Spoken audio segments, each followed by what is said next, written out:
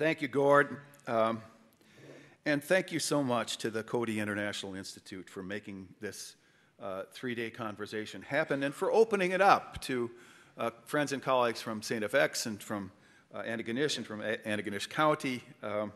I'm delighted to be here with all of you tonight. I'm really humbled to be here.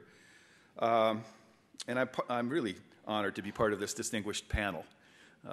People from India and Ghana and Australia, and a room full of people who are dedicated to building citizen-powered communities, communities that are healthy and vital because the people in them take their own roles as citizens seriously. This is a room filled with people from all over the globe, 30-some countries, who are really committed to Father Moses Cody's vision of building powerful and just communities. So it's also an honor to be standing on the turf of Father Cody. Father Moses Cody was, of course, some people think McKnight, and I thought this up, but Moses Cody was, in fact, the inventor of ABCD, the Asset-Based Community Development. He was the first president of the Asset-Based Community Development Institute. He didn't know that. But the minute he uttered the words, they will use what they have to secure what they have not, he ascended to the presidency of the ABCD Institute. I am told that Father Cody never addressed any audience without a half-full, half-empty glass and was constantly pointing people toward the full part to secure the empty part, what they have not. Of course, Father Cody was not the only inventor. This is a little history here of asset-based community development. In fact, the inventors go back to the dawn of time. We can reinterpret the Adam and Eve story as the invention of asset-based community development. As they saw each other's fullness, they were in heaven, in the garden, and when they started seeing each other's emptiness, they were exiled. Right?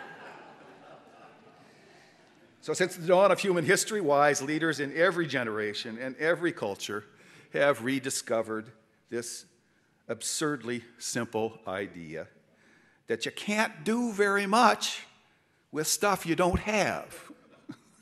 Can't do very much with what you don't have. You need to do what you can do with what you've got. So let's see what we do have. Our skills, our histories, our relationships, our groups and our networks and our land and our faith and our stories and our values. Let's use what we have to secure what we have not. But the hard companion truth is that there have always been those among us who are labeled as not having anything, as being empty and needy and deficient and problematic. In modern times, we have perfected this labeling process. We have, in fact, constructed massive institutions based on this idea that there are people out there who are problems, whom we need to help and fix. We need to diagnose them, and then we need to devise treatments. This activity, in fact, of diagnosis and treatment defines a good portion of the work of most of our major institutions. It's what schools do. What don't kids know? How are they empty? How can we fill them? It's what universities do. Let's study urban problems. Let's study the challenges that our communities face and figure out the causalities and the interactions. It's what hospitals do and medical systems do. Let's diagnose large populations and figure out treatments that might work. It's what government departments do. Let's figure out where the need is and target our programs at those places. It's what police forces do. Where are the crimes heaviest? Let's concentrate our forces there. What other institutions might we point at? Should we include some international aid organizations, maybe? How about the World Bank? UNDP, maybe? How about even some NGOs internationally, perhaps? So, it is into this contemporary mix of problem-focused institutions, powerful institutions, that today's motley band of ABCD, asset-based community development carriers, has plunged. And against some pretty heavy odds, the ABCD carriers seem to be making progress.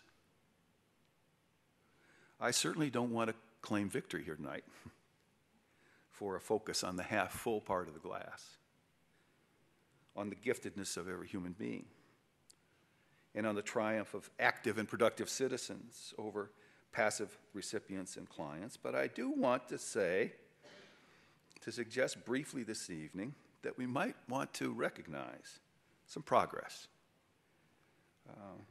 That the ever-expanding reach of asset-focused thinking and activity into many different realms of our lives is a reality.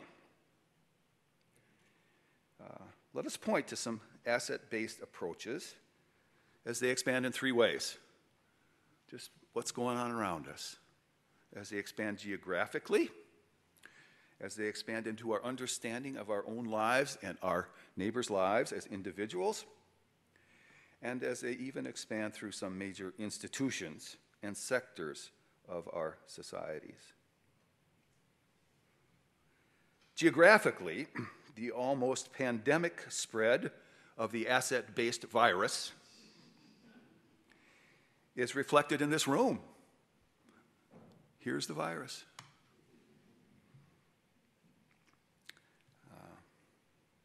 With more than 30 countries represented here, and everybody exploring in their own way what this focus on the capacities of localities might mean.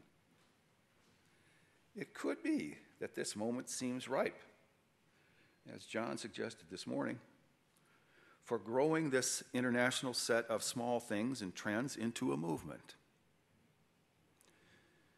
This is partly because the ABC, the asset-based perspective, resonates so strongly with a number of other strength-based approaches and strategies developed separately from ABCD. We had nothing to do with this.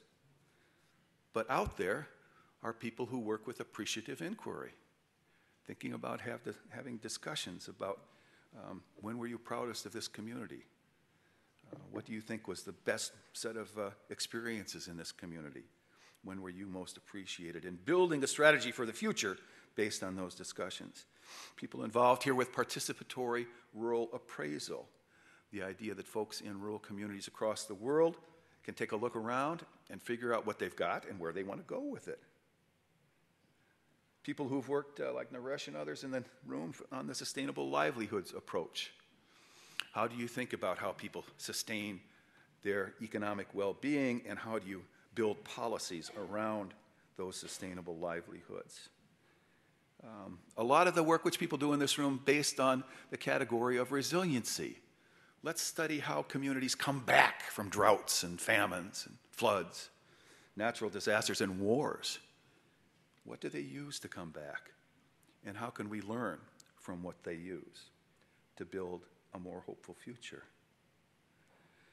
The range of economic development initiatives represented in this room, especially those involving microcredit, get down to the grassroots of lives in villages and neighborhoods, and microenterprise development, and all of the other credit union-related strategies. Each of them, and others we could name, begin with a recognition of the strengths and skills and capacities and values and experiences of local villagers, of people in local neighborhoods and cities, of community residents. What's the starting point? It's the full part of the glass represented by people who sometimes are not thought of having any fullness.